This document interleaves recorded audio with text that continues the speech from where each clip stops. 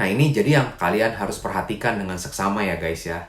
Bahwa jalur lewat kuliah itu tidak menjamin kalian akan mendapatkan PR secara otomatis.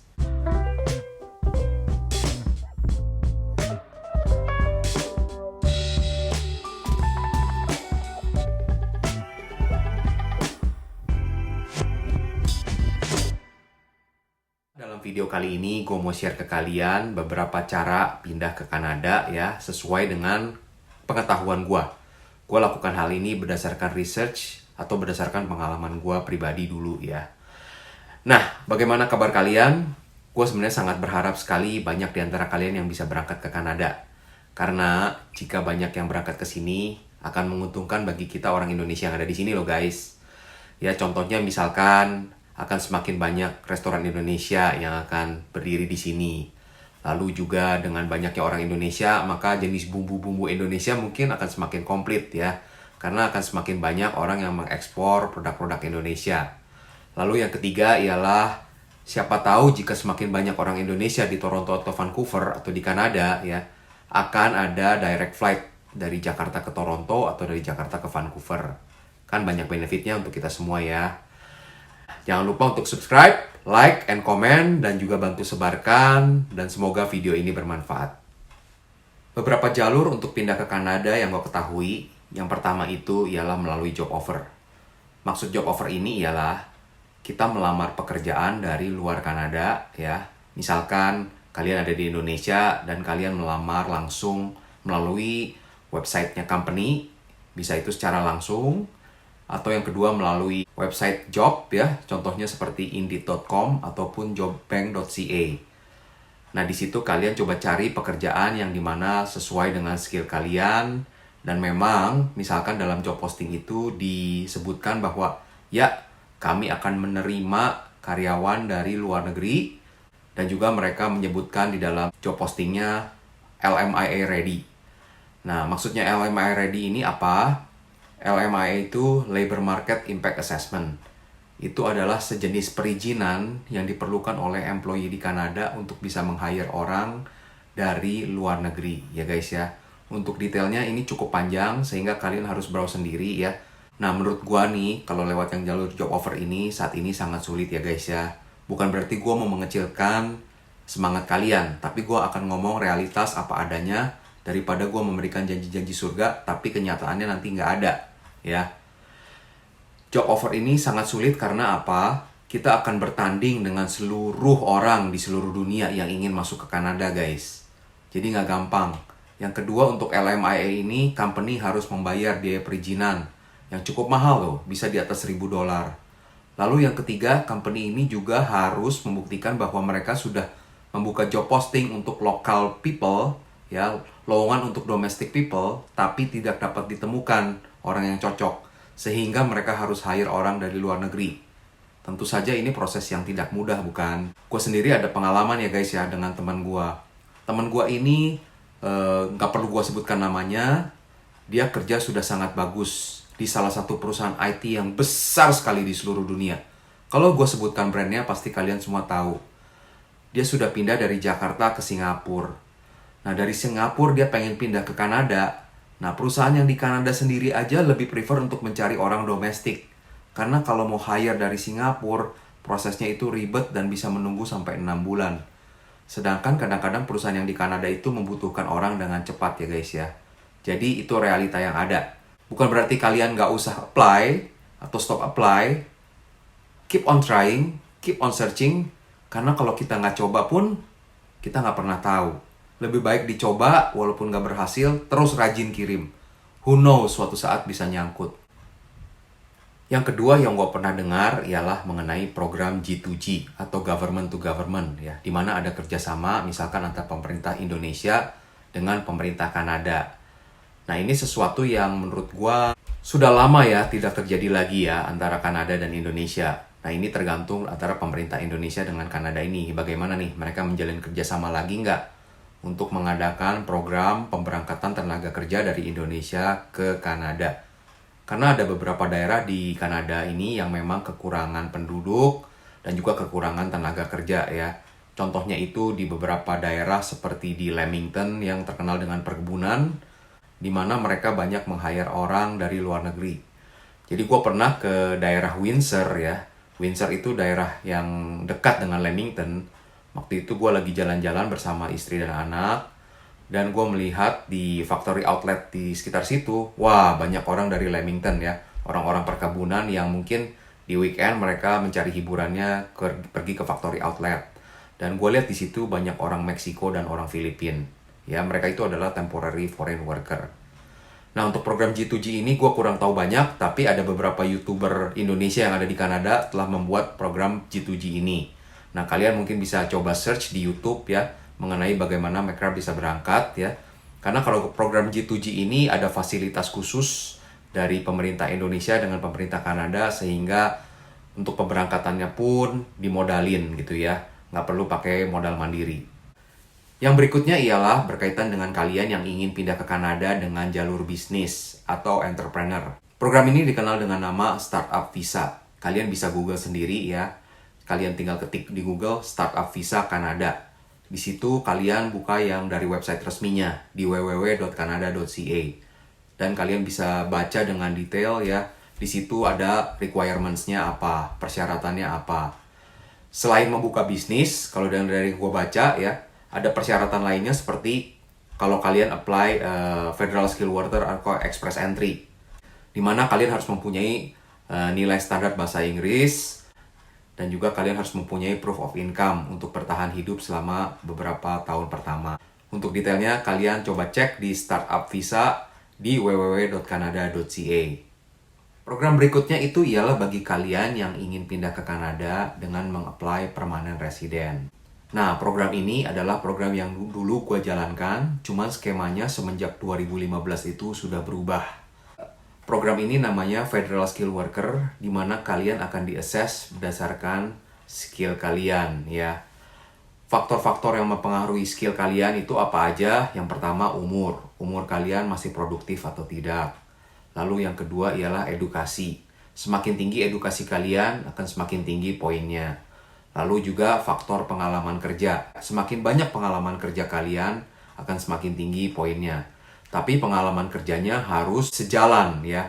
Misalkan pengalaman kerja kita dulu di Indonesianya accounting 10 tahun. Nah, ternyata kalau accounting 10 tahun itu akan bagus. Tapi kalau misalkan 2 tahun accounting, 2 tahun marketing, 3 tahun purchasing, nah itu yang akan sulit tuh untuk menentukan poinnya ya. Lalu poin berikutnya juga dengan tes bahasa Inggris, kemampuan bahasa Inggris kita. Semakin tinggi nilai bahasa Inggris kita, poin kita akan semakin tinggi. Dan biasa yang dipakai ialah IELTS ya, bukan TOEFL. Kalau di Amerika TOEFL, kalau di Kanada kebanyakan menggunakan IELTS. Lalu poin berikutnya ialah dengan adaptasi kita. Misalkan kita mempunyai saudara di Kanada, tentu saja itu akan menambah nilai tambahan. Lalu atau misalkan kita mempunyai job offer. Job offer itu akan memboost poin kita juga. Itu adalah program Federal Skill Worker. Tapi untuk bisa apply Federal Skill Worker secara langsung, saat ini ada filternya lagi guys. Namanya program Express Entry. Nah, Express Entry ini pun sama seperti Federal Skill Worker. Kalian akan di-assess berdasarkan poin-poin yang tadi saya sebutkan ya. Ada umur, ada pendidikan, ada kemampuan bahasa Inggris, ada pengalaman kerja, dan apakah kita ada saudara atau tidak, atau adakah job offer atau tidak. Nah, poin yang di Express Entry ini akan ditanding dengan aplikan di seluruh dunia. Dan tiap bulan biasa pemerintah Kanada akan menarik draw ya. Oke, misalkan bulan ini pemerintah Kanada akan menarik 3.000 aplikan dengan poin tertinggi. Nah, jika poin kalian itu tidak tinggi, itu kalian akan sulit untuk terpilih ya. Jadi kurang lebih gambarannya seperti begini. Kalian apply Express Entry dulu. Jika poin kalian itu cukup tinggi, kalian akan mendapatkan invitations to apply. Dan setelah mendapatkan invitations to apply itu, kalian bisa apply Federal Skill Worker. Yang penting, poinnya di Express Entry itu tinggi, lalu dapat invitations to apply, lalu poin yang untuk Federal Skill Worker itu mencapai juga. Itu yang penting guys. Nah ini saat ini semakin sulit guys, harus kuakuin. Gue bukannya mau mengecilkan semangat kalian, tapi kalau gue bicara dengan fakta, karena kalian bertanding dengan aplikan seluruh dunia, banyak aplikan dari luar negeri yang poinnya itu tinggi-tinggi ya guys ya. Nah zaman gue dulu, gue bisa langsung apply Federal Skill Worker tanpa adanya Express Entry. Itu aja sih yang menolong gue saat itu guys. Kalau seandainya waktu itu sudah berlaku Express Entry, kayaknya gue harus ke Kanada juga dengan jalur sekolah loh guys waktu itu. Program berikutnya ialah lewat jalur sekolah. Nah ini adalah program yang paling ramai saat ini terjadi ya guys ya. Mau tahu nggak kenapa? Karena ini berkaitan dengan poin yang tadi gue sebutkan. Dengan adanya Express Entry kan poin kita ditanding dengan aplikan lainnya di seluruh dunia ya. Salah satu cara untuk mengebus poin kita ialah lewat jalur kuliah di Kanada. Kenapa? Karena kalau dengan kita sekolah di Kanada, poin di Express Entry akan semakin tinggi. Ada poin tambahan karena kuliah di Kanada. Lalu setelah kita kuliah di Kanada, kita akan dapat Postgraduate Working Permit ya. Jika kalian kuliah di kampus yang terdaftar secara resmi ya untuk mendapatkan Postgraduate Working Permit. Biasa kalau yang kuliahnya 2 tahun akan mendapatkan izin kerja 3 tahun setelah kalian lulus. Nah, selama kalian bekerja pun nanti setahun kalian bekerja, kalian akan mendapatkan poin tambahan lagi. Sehingga Express Entry point kalian akan bertambah banyak, ya kan?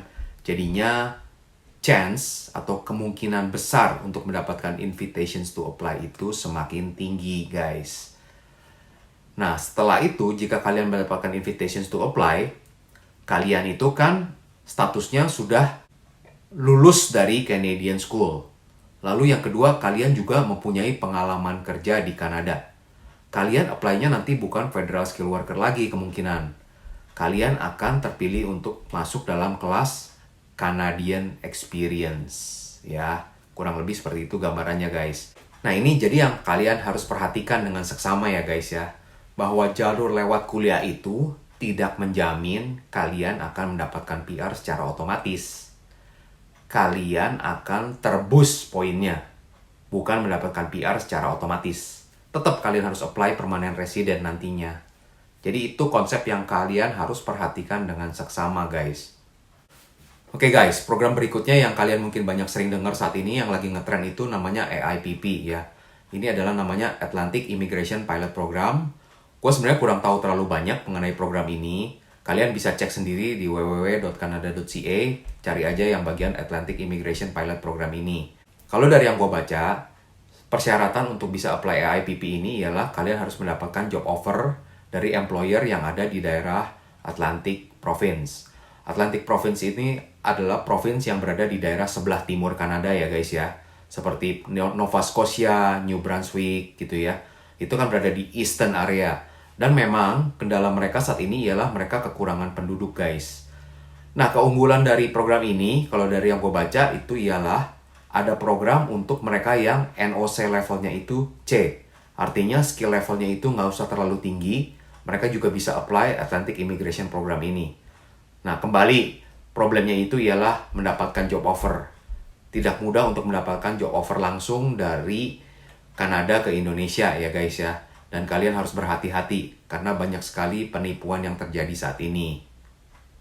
Oke guys, berkaitan dengan Express Entry Profile yang tadi gue sebutkan, berkaitan dengan Federal Skill Worker dan Canadian Experience Class ya. Ada salah satu program yang bisa memboost poin kita. Namanya itu PNP atau Province Nominations Program. Nah ini adalah sponsorship yang diberikan oleh masing-masing provinsi terhadap profil kita jika profil kita itu merasa dibutuhkan atau diperlukan oleh provinsi itu ya. Contohnya mungkin kalian bisa tonton di video Indo di Toronto ya. Salah satu pasangan namanya Marco dan Siska, mereka berhasil apply dari Indonesia langsung ke Kanada dengan sponsorship dari Nova Scotia ya guys ya. Kalian bisa tonton di situ. Nah jika kalian ingin tahu lebih lanjut, ini sangat luas skopnya ya. Tiap provinsi mempunyai persyaratan tersendiri, jadi kalian silahkan mampir, Google aja. Misalkan kalau kalian lagi mencari Province Nominations-nya di Ontario, ya. Nah, ketik aja Ontario Province Nominations Program. Atau misalkan Alberta, kalian ketik aja Alberta Province Nominations Program. Di situ kalian bisa baca dengan detail kurang lebih persyaratannya apa, sehingga kalian nanti mendapatkan province nominations dan express entry kalian poinnya akan terboost oleh province nominations itu ya.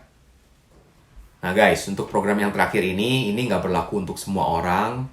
Ini hanya berlaku untuk orang-orang pilihan ya. Maksudnya ialah program pindah ke Kanada lewat jalur menikah. Ini kan tergantung dengan kondisi kalian ya. Kalian pertama, apakah masih jomblo atau tidak? Nah, kalau kalian masih jomblo, apakah kalian bisa mendapatkan jodoh orang Kanada? Jika dapat, tentu saja otomatis kalian bisa disponsorin tuh untuk menjadi seorang permanent resident dan nantinya bisa menjadi citizen Kanada. Nah, jalur ini sebenarnya jalur yang paling enak nih kalau secara persyaratan, karena tidak perlu mempunyai nilai IELTS tertentu ya. Tapi kesusahannya itu ialah di awal, mencari jodoh orang Kanadanya ini. Nah, ini sesuatu yang tidak mudah ya guys ya. Tapi ini adalah salah satu jalur loh untuk bisa berangkat ke Kanada. Harus kau akui, karena ada beberapa teman gue yang sudah pindah ke sini dan sudah menjadi citizen sini karena lewat jalur menikah. Salah satu contohnya ialah partner gue Yutan di channel gue Indo di Toronto ya guys ya. Oke guys, jadi kurang lebih seperti itu jalur pindah ke Kanada yang gue tahu saat ini. Kembali lagi ingat ya, gue ini bukan agen imigrasi, gue bukan immigration lawyer atau seorang ahli di bidang tenaga kerja atau imigrasi. Gue lakukan ini berdasarkan research gue dan juga berdasarkan pengalaman gue pribadi dulu. Jika ada di antara kalian yang ingin bertanya, bisa follow Instagram gue di opini_darwin ataupun juga bisa tulis di kolom komentar di bawah ini. Nanti gue coba jawab semampu gue ya. Oke, terima kasih udah nonton video ini. Jangan lupa untuk subscribe, like, komen, dan bantu sebarkan. Dan semoga videonya bermanfaat. Sampai jumpa di video berikutnya, oke? Bye!